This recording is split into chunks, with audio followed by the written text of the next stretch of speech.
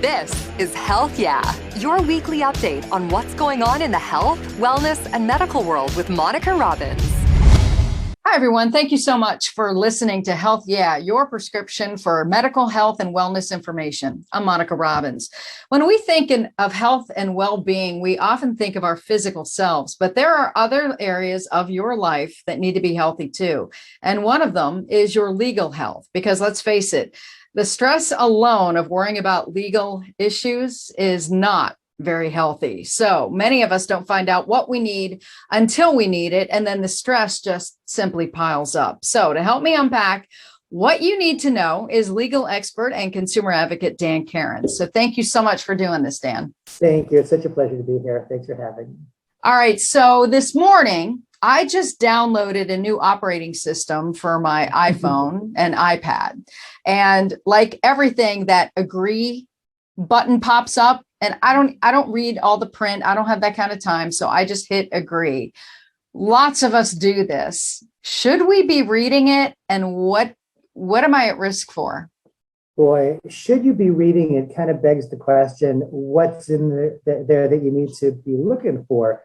And what's in there that you need to look for is always at the end, and it's what's called a forced arbitration clause.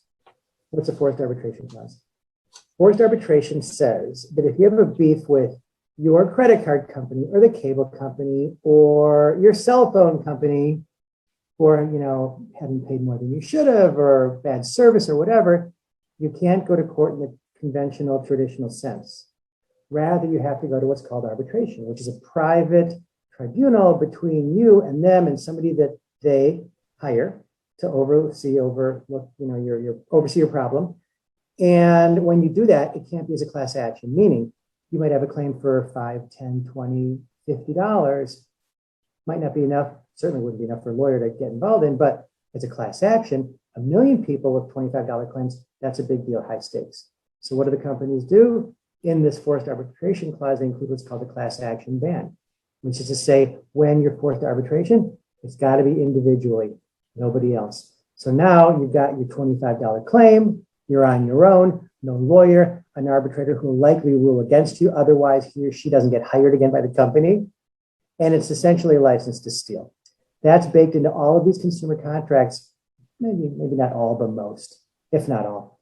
You click through, you miss them, you don't see them, and you're often bound by them, which is the scariest and saddest part. So how is that legal on their part? It used to be a case that you could challenge them on what's called unconscionability, which means really unfair on two levels. One, substantively, it's a really unfair thing. You can't make somebody go to arbitration. They have a Seventh Amendment right to a jury trial. I mean, heck, there are only 27 amendments in the Constitution, and this is like the seventh one. It's in the top 10, so it's a big darn deal. You can't strip that away without letting people know. Two, in terms of letting people know, it was buried on the back, small, hidden, whatever. It's procedurally unconscionable. The process by which you weren't allowed to see it isn't fair either. You demonstrate those in varying doses, and you could probably get out of it back in the day. Why is that no longer the case? There was a Supreme Court case called Concepcion versus AT&T. It involved the Concepcions who had a problem with AT&T mobility involving their cell phone, as so many of us tend to have. And they wanted to sue AT&T in a class action. AT&T had this forced arbitration clause hidden in its terms and conditions. And they defended AT&T that as the basis that, hey, listen, you can't sue us. It says what it says. And we figured on the plaintiff's victim's consumer side, it's going to go the way it's always gone. If it's unconscionable, it gets tossed. Well, Justice Scalia, for I think a 5-4 majority, if I remember, don't hold me to it, the Supreme Court said, no, that's not the case anymore.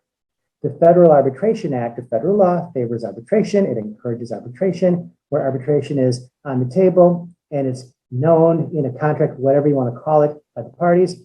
It's enforceable.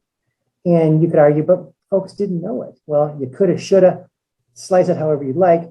What came out the other end was that, you know what, these terms are largely enforceable going forward. And that's why so many consumers are stuck on the short end of these consumer contracts because of forced arbitration. So how do I fight it? Because a lot of times you don't have a choice. You either say you agree to something or you just don't get it. Right. Those are called adhesion contracts, which means if you don't like it, too bad. go somewhere else. And if you don't like what Verizon tells you, go to T-Mobile. Well, it's the same language. You don't like that, go to AT&T. You know what? Same language. So you're kind of in a pinch. What are you going to do? And you need a cell phone. You need your contract.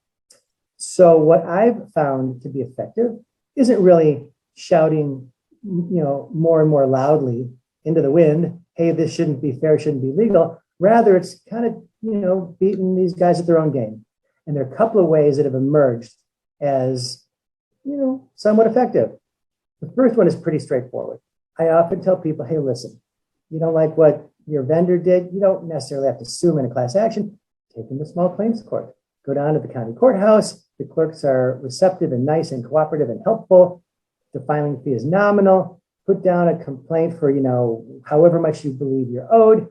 And often the cell phone company, the credit card company, the cable company is going to want to resolve the case with you rather than sending the file out to a high-priced lawyer, their national counsel, then finding local counsel. Next thing you know, it's $50,000 just to get rid of a $15 complaint. They'll probably pay you. That's option one. Option two, under really beating them at their own game, is what happened recently at Amazon. Now, Amazon, your terms and conditions have a forced arbitration, what used to have a forced arbitration clause, so that when you bought, putting aside who the seller is and versus who the processing company is, if you had a claim against Amazon for something, you couldn't sue them. You had to go to arbitration.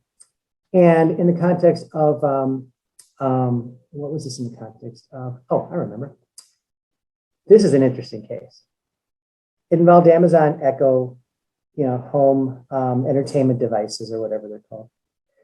And in most states, if you record a conversation, it's not illegal because they're called one-party states, which means so long as one party to a conversation knows it's being recorded, it's not illegal. Now, that's going to be the recording party, of course, often, but it's not illegal.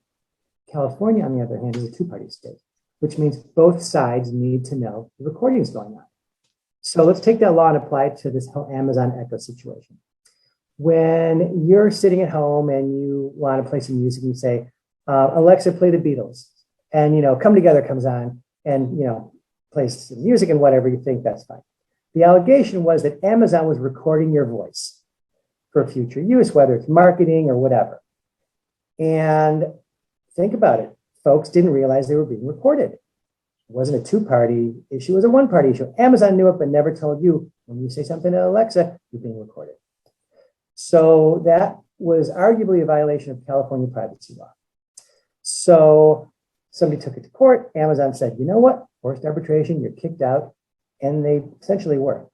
So what the plaintiffs, the victims there decided to do was to load up on lots and lots and lots of these people. And these weren't that hard. These people weren't that difficult to find. I mean, somebody with an Amazon Alexa, they're everywhere. So before they knew it, or before Amazon knew it, I remember there were like 75,000 folks had gotten together and wanted to sue in what's called a mass arbitration or a swarm arbitration.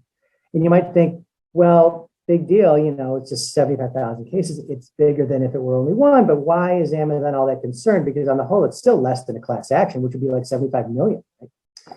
Well, the rub is that in the terms and conditions, Amazon said to make it more palatable to courts, they said, when we make you go to arbitration, we're going to pay the costs of arbitration, which can be about $3,500 per pop. And that's just to get started. So take $3,500 times 75,000, and now you're into the tens of millions of dollars. And Amazon's finally like, you know what, we cannot bear the brunt of this. This is ridiculous. So they pulled the arbitration clause to just sue us, just sue a class action from now on. So that is a perfect example of beating, the vendors at their own game. I can't tell you how many times I get that little postcard in the mail with all the really, really, really legal tiny print that I don't bother, but I probably should, because it's telling me I'm in a class action when I don't even know what I did or what it was about. Why are those things so important? Or maybe somebody gets an email. Why do we need to pay attention to those? Well, first of all, emails are going to be more common because the rules of court were amended December 31st, 2019 to allow email notice of class action settlements. I mean, the class action rules in the federal rules of civil procedure, the rules that govern the conduct of courts here in the United States, they're like decades old. So they didn't speak to email. But everybody knows that email is better often than direct mail. Because, direct mail is expensive, it's junk, people throw it away. Email, they don't always look at, but at least it's on the table as a good option. So now email notice is going to be out there in more frequently than it already was. So your question was, what are these things? Email or regular mail? What the heck are these things? When a class action case settles, the rules require the parties to serve notice on the class members, the people out there, around the country, around the state who are affected by this settlement. And if you don't like it, you can do a couple things. You can opt out, say, forget this, I'm doing my own thing, I'm hiring a lawyer, or I'm just not doing anything. I don't like what you all are doing and leave me out. You can also object to it and say, I really don't like it. I'm going to object to this and try to stir things up because you're doing it the wrong way and this is not okay. You're not being fair or right to people. Or you say nothing and you're considered as being in the class, subject to getting your damages award. So when you get that little postcard, first of all, is it tough to read? Oh my God, yeah, it's like crippling. It's horrible to read. There's a whole plain language movement out there, make it readable to people, and you still can't read it. And I've rewritten notices that defense lawyers have put out there because often they don't want people to understand it because they don't want them to claim their money. But I'm like, that's kind of why we're doing this. It's got to be really readable and real and honest and in written way that connects with people because people don't want to read to begin with. You got to make it accessible. And it's a challenge for sure. There's a whole system behind that in terms of advertising and how to make it, catchy and grabby and all these sorts of things are built in. It really taps into the whole marketing realm. And often, well, not often, if you get the notice, well, I should say it this way. You get a notice, often you're entitled to money. Not always, but often, which is why you're getting it. One of two things tends to happen. Either you don't have to say anything and something just shows up, a check, a refund, maybe even money put into your PayPal account or Venmo to you. There are a lot of new techniques we're playing with to make it more efficient and effective to give people their money because that's who we're doing it for. Or you have to fill out a claim form, which is to say, you bought X numbers of whatever, X units of whatever product. We need to understand how much you're owed for the settling parties to write you the proper check. To which you might say, what are you asking me for? I mean, defendant, you sold it to me, don't you know? Well, sometimes it doesn't stack up the right way, it doesn't add up the right way, documents go missing. Maybe we take your number, compare it against their number just to make extra sure, but often there's a claims process involved. Non-claim settlements are better. I'm working on one right now where there's no claims process. We know who's in the class, they're getting money, period, end of story. I think that's great because that means there's no remainder sitting around, no unclaimed funds. All the money goes to the victims. So that is all, that all derives from that little card that you just mentioned that you get in the mail or email. So you have been part of several high-profile class action lawsuits. Which one are you most proud of because it had the biggest impact on people? It was a price fixing case involving LCD flat panel displays, like the screen that all of us are watching this podcast on and that you and I are talking into. This is a case against the big LCD flat panel manufacturers who are off, a lot of household names: Hitachi, Samsung, LG Philips, Toshiba, and then some more discrete, lesser known names. And they were all from Japan, Korea, and Taiwan.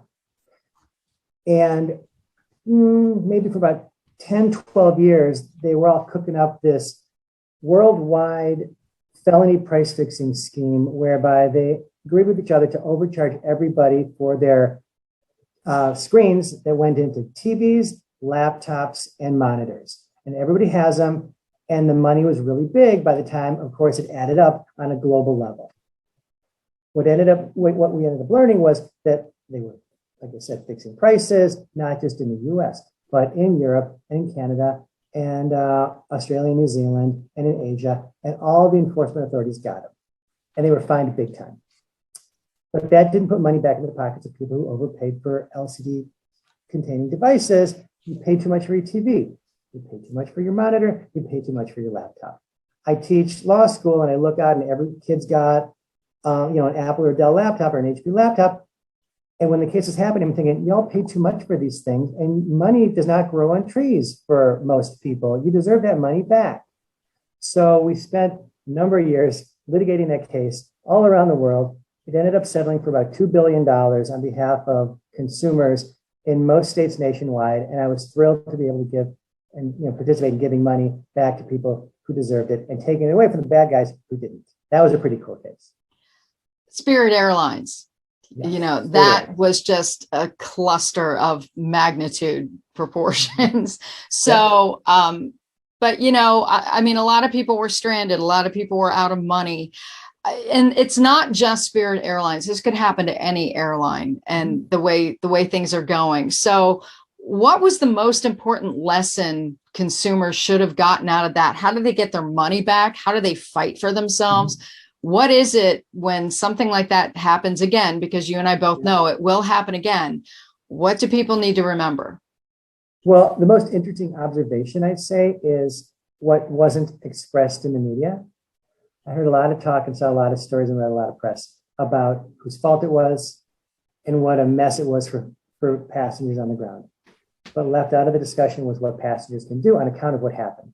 Because if you think about it, people not only lost money by paying, for replacement flights, rental cars, missing work, missing personal events, whatever. There's a lot of money that was lost on account of this. Still hasn't been discussed, actually. What can people do to get back what they're owed because of what Spirit did? And to my mind, it all derives from the contract you have with Spirit. What were they to do for you and what didn't they do? Where did they fall short based on what their promises were? And what governs air travel between passengers and the airlines is what's called the contract of carriage. And I'm sure most people are like, what the heck is a contract of carriage? If you Google Spirit Airlines contract of carriage, you will find it. And it talks all about what they owe you and what they don't think they owe you for your giving them business. And one of the things they think they don't owe you is anything for dropping the ball like they did. And if you read that and walk away thinking, you know what, I guess I don't have a claim because Spirit says I don't, that's not okay. That's no different than them saying I can put my hand in your pocket and pull out $100 and keep it. Just because they say they can do it doesn't make it legal. And that's essentially what their contract of carriage says. Could there be a class action flowing from the Spirit debacle? There probably could be. I'm not involved in it. I mean, I got other stuff I'm working on. I don't know whether one's been filed, but it's a discussion that's suitable to have, sure. You call yourself a lovable lawyer, a term that a lot of people wouldn't attribute to lawyers. What does that mean? Well, I want to be accessible and I want to be honest and I want to be relatable because I talk to lawyers too, obviously. I see them in court. I read their emails. I read their legal papers that they file. You want to throw up. You don't want, I read stuff from folks on my own side I start not liking because it's just the demeanor, the language, the terminology is such a turnoff. And it's so inaccessible to people who need the help, who lawyers are supposed to be helping. So I figured, you take that observation going in and you couple it with the following, which is that in my 30 years of practice, I have concluded that there's this societal bias against access to justice, where people who need it the most tend to get it the least, which means folks don't know they have legal issues, or if they know they have issues, don't know how to resolve them. If they know how to resolve them, don't have anybody available to implement that resolution because they don't know lawyers, can't talk to lawyers, lawyers won't listen to them, they can't afford a lawyer, all these sorts of challenges, such as, for instance, forced arbitration. In your example, this happened to you, you're out of pocket some money, you figured, I guess that's how it is, I'll just take it because, the defendant says so. Not okay. So what's your website? It's www.yourlovablelawyer.com, yourlovablelawyer.com, and it's steeped in videos and content that's fun and accessible that I hope folks will watch and learn from. Dan, Karon, thank you so much for your insight. I have a feeling you and I are going to be talking a lot more because you have some really interesting insight into ideas that affect all of us, if you will. I love nothing more. Thank you, Monica. All right. Have a great day, everyone. Thank you. Please find me on Twitter and Instagram at Monica Robbins. Like and follow my Facebook page, Monica Robbins WKYC. Subscribe and find video podcasts on my YouTube channel, Monica Robbins. Until next time, have a healthy week. Thanks for listening to Health Yeah with Monica Robbins from WKYC Studios. Subscribe now so you never miss an update. And find more on everything you heard here on WKYC.com and on the WKYC app.